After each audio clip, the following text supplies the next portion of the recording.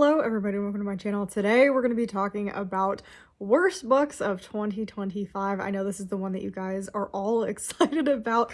I'm most excited about best books of 2025, but I know you guys get really excited about worst books. You've heard about pretty much all of these at this point. I don't think there are going to be any real big surprises on here. So we're going to keep it casual, we're going to keep it light. We're not going to go too deep into these, but we are going to talk about them. So first we're going to talk about some honorable mentions, and I've got a lot. I've got a lot of honorable mentions. We're just gonna rapid fire through these since they are not part of the top 10. The first honorable mention is Her Majesty's Royal Coven. This actually was gonna be in my Fairy Loot purge, but I did scrap my original footage and the original idea for the Fairy Loot purge, and I have restarted. So that was like the one book that I got to at the very beginning, and I did give it a 1 star, and I really hated it. I had a lot of problems with it. I got a lot of problems with the writing, a lot of problems with the world building, and I just generally really hated that book. So it is an honorable mention. It did not make the top 10. Next up, we have The Nightblood Prince. I gave this 1.5. It's not part of the top 10 because I am gonna try the second book, but this is a catastrophe of a book. I mean, it is an absolute disaster. Maybe one of my least favorite that I read for reading all my BookBox books. This was so bad. The romance was so bad. It was literally picking between two horrifically evil people basically at the end. Like, do you want a warlord who kills everybody, or do you want this super manipulative person who will do anything to get what they want? And when that's the romance and you're actually supposed to like the men, I'm a little bit confused about what the book was trying to say. Next up, we have Heir of Storms. This was a 2 star. This is why it's in honorable mentions. I don't outright despise the book. I just think it was really poorly written and really poorly edited. I mean, when the names of people are like, they have fire powers, and so they have like Blaze as their name and stuff like that. It's like, oh, this is not good. This is really bad. And so there were some moments that were really good, but like the villain was a caricature. I mean, it was like a Bugs Bunny villain, and like I said, the names were killing me. It was just a very poorly written elemental book. I am gonna try the second book if I can remember the first book, because there were aspects of it I enjoyed, but generally this is a very bad book. Next up, we have Never a Hero. I've already talked about this one as the second book after Only a Monster. It was a very highly anticipated release that I was actually putting off because I was too scared to read it, and apparently for good reason, because it was really bad. It was just a rinse and repeat of the first book, as well as breaking down the world so that it really didn't make a lot of sense anymore, and then it also fumbled the romance in the series. Next up is Pictures of You. I read this for my Influence series that is getting discontinued going into 2025, and I read this as, I think Jan read this, and I loved her review of it. It sounded like something I would love. Ended up reading it, ended up really hating the book. I don't remember a ton about it, which is why it goes in honorable mentions and not overall least favorites, because if I don't remember you a lot, you probably fall more into don't remember versus hate despise. Ooh, next up we have The Devils. This would have been in the top 10, but I did not finish this book. This was a DNF for me. This was disturbingly bad. This was disturbingly bad, and I'm really sad it's my first Joe Abercrombie because I have zero desire to read another Joe Abercrombie, even though I've heard his other books are very different than this one. But this one had so much potty humor, like poop, barfing, farting jokes, that I was like, this is written by a 13-year-old boy. Like, that's what it literally felt like. And it was horrifically bad. I think I made it 50 pages maybe into the book, and I was shocked. I was shocked about how bad the book was. So I can't put it in top 10s because I didn't finish it, but I feel like I had to mention it. And then final honorable mention I did talk about in my most disappointed, and that is Armada. Same author as Ready Player One. I just had really high expectations because I really liked Ready Player One, and when I read this, this is arguably leagues worse than Ready Player One, and especially the ending. It was just very anticlimactic. It was a very strange ending to a very boring book. All right, moving into worst books of 2025. Coming in at number 10, we have Cold Eternity by S.A. Barnes. Ooh, I'm really sad about this one because I really enjoyed Dead Silence by the same author, but this one was weird. This one had so much potential. It's basically a space, I mean, all of their books are space stories at this point, but it's taking place on this like giant spaceship kind of thing. Our main character is working there like under the table, and she starts seeing some really weird stuff out of the corner of her eye within the video camera, and it was legitimately terrifying. until it turned into this weird, I don't even know how to explain it, but it was like kind of almost like a goofy, parasitic Five Nights at Freddy's story, but not good. Because like that kind of sounded good when I said it like that, but it was so strange. It was so weird. It took such a left turn when there was so much going for it. It was so legitimately scary at some points. I was reading this and I was like, oh no. And then it got to the point where it kind of everything swapped into just like Silly Town, and I was like, oh, this isn't good anymore. This is very sad because the setup was fantastic. So unfortunately, it just got weird and I hated it. Number 9, we have The Haunting of Payne's Hollow. I'm a little bit alone on this one, I think. This just didn't work for me in any aspect. The setup was fine. It was I think what killed me is the setup reminded me of the Inheritance games, because that's what it is. We have a main character who is going to stay at this estate that she has been willed, but the only thing is that she has to stay there for like a month or something like that.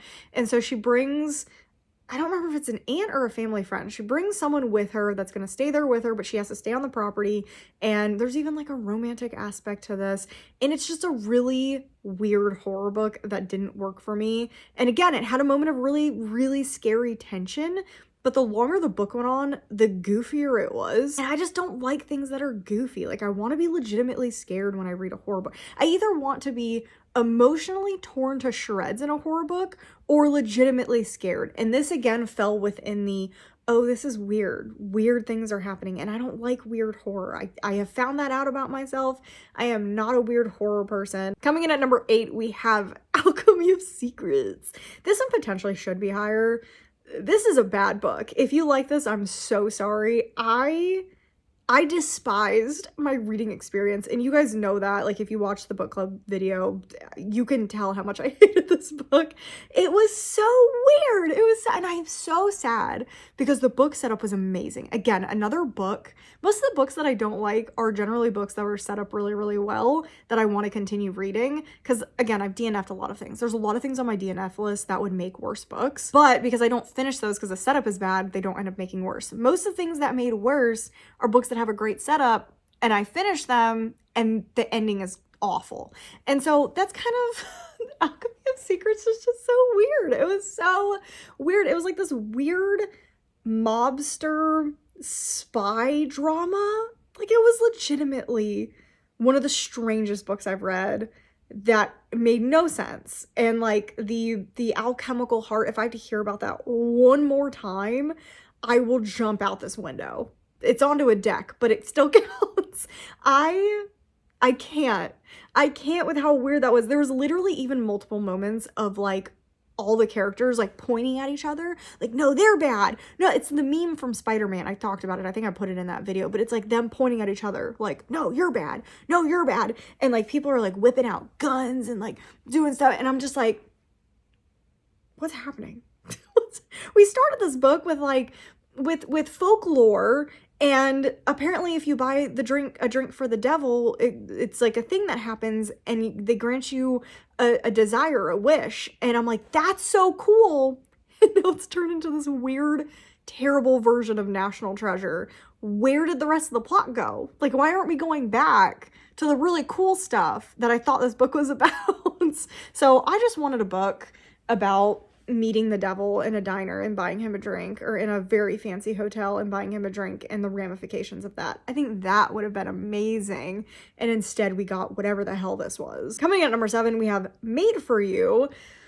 Ooh, this is bad. This is bad. This had such a good, again, another really, really good setup. It is everything I should like in a sci-fi book. It combined AI robots, which is like one of my favorite sci-fi things, and it combined The Bachelor. How did this fail? How did everything that I love culminate in this piece of garbage? And most of it was for the ending, because again, the beginning wasn't too bad. It did turn out to be a story primarily about motherhood, which is one of the reasons I really didn't like it. And it really didn't say anywhere that that's what the book was going to be about. So it kind of was like a bait and switch situation of like, oh no, this is actually a story about motherhood. I didn't want to read this. So that alone docked it down to like a 2-star.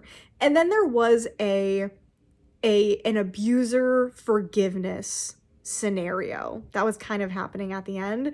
And you guys know how I feel about that. You guys know how I feel about that. So I didn't love the ending of this. I had a lot of problems at the end of this one. So easy 1 star. Number 6, we have Immortal. I'm not going to talk about it too much more. It wasn't Most Disappointing Books. This is by Sue Lynn Tan. I thought it was going to be something that it wasn't. And then basically the plot was just very poorly executed. It was a very ambitious book, but the writing and the plotting were terrible, and it turned out to it was just a mess. It was a mess, and I don't want to talk about it anymore because I'm really sad about it. Number 5, we have Misery. I have a whole dedicated vlog to Misery that was very scary to put up. It's really scary to talk about what I would consider, like, it's not really boy books, but there's like a classification of boy books. And Misery, Stephen King falls into those boy books. Like, anyone can read them. And especially in boy horror is very scary on social platforms.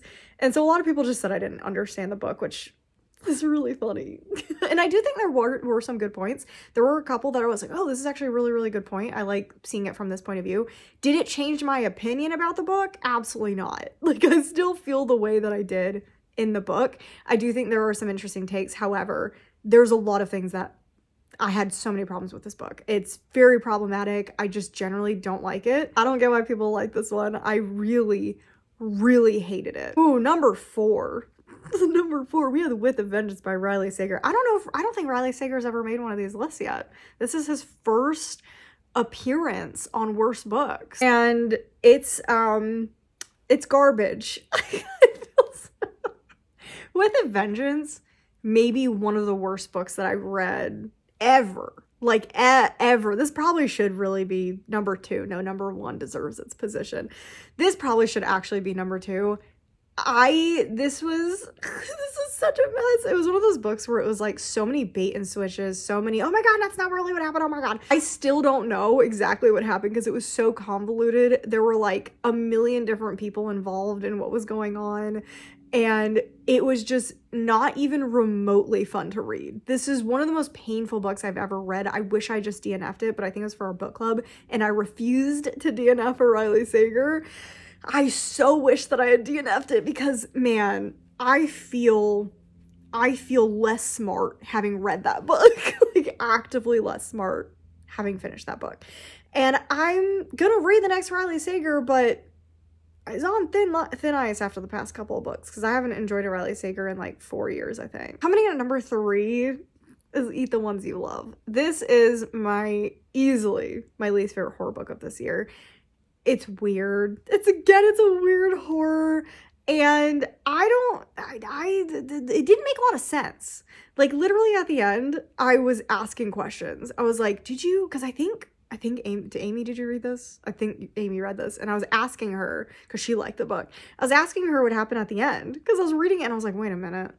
They said that this person died, but then they're back. They're talking. What happened? I'm so confused. Like, what, did I miss something? I reread a section like 3 or 4 times because I legitimately thought I had like skimmed over something. No, it just doesn't make sense. We don't know if it's a dream. We don't know if it's a hallucination. We don't know if this is like a zombie coming back. No explanation for what is going on with that scene and what happened. And I also just hated the point of view of the plant. So basically this is a sentient plant. It's Little Shop of Horrors. This plant is obsessed with this human woman, obsessed with her, and unfortunately we have to be in the brain of this stupid plant for the whole book, and I don't know why I finished this one. I actively don't know why I finished this book. Number 2, We Live Here Now by Sarah Pinborough. This was close to tied for being number 1. Really, really didn't like this one. Again, a pretty cool setup that turned into, what did we actually learn in this book? That the bad guys get away with things, that good people, bad things happen to good people, that everybody sucks. I just want to say, good people, this does not happen to good. None of these people were good. All these people are horrible. They're all terrible people making terrible decisions, and then the ending just was very shitty. Everything just sucked. Like, that's just what this book was. The people sucked, the ending sucked, the plot sucked, everything sucked. So that's number 2. And then number 1, I feel like you guys could probably guess this one. It's actually a book that I read back in January. and it is Beautiful Ugly. This easily is number one. Actually, I was gonna say, I said We Live Here tied. No. Beautiful Ugly is easily number one. Easily number one because it makes no sense. I have a whole video talking about it. It does, to me, it commits the ultimate thriller mystery sin of you cannot solve the mystery because the author lies to you. Not the character, the author. The author lies to you at the beginning of the book and tells you something is happening when it's not. You can't solve the book unless you think the author's lying, because there is a difference. An unreliable narrator is a character that is lying to you through their narration. An author lying to you is when you are in like third person and the author is telling you something a character is doing. It turns out later that the character didn't actually do anything that the author said that they did. You cannot solve a mystery when the author lies to you. So of course I didn't see the ending coming because the author told us that thing happened. This thing happened, therefore this other thing could not happen, but that is the thing that ended up happening at the end. So I have such a massive pet peeve when authors lie because I think it's cheating. I think it is a lazy way to write a thriller and get like a surprise ending. I think it's so lazy because you couldn't find a way to write the story a different way where the audience could actually solve it. And the author, because the author is not supposed to be in the book. Unless that's like a thing that you're doing. Because it is a thing in some books where the author is like a character. The author is not a character in this book. They're not a character in this book. They just lie to you. So, anyway, I would go check out that vlog because it goes in much more in depth on that one. Because there's other things that are really bad in that book as well. So anyway, hope you guys enjoyed it. That is my very quick worst books of 2025. Definitely let me know down below what your worst books of 2025 are. If you made it this far, leave a crow emoji because there is a crow or a raven or something like in We Live Here Now. And it was just like, it's one of the things that stuck with me in that book. So leave a crow or a blackbird emoji. Definitely like the video if you enjoyed it. Make sure to subscribe to miss any future content. We still have best books of 2025. And I will see you guys in the next one.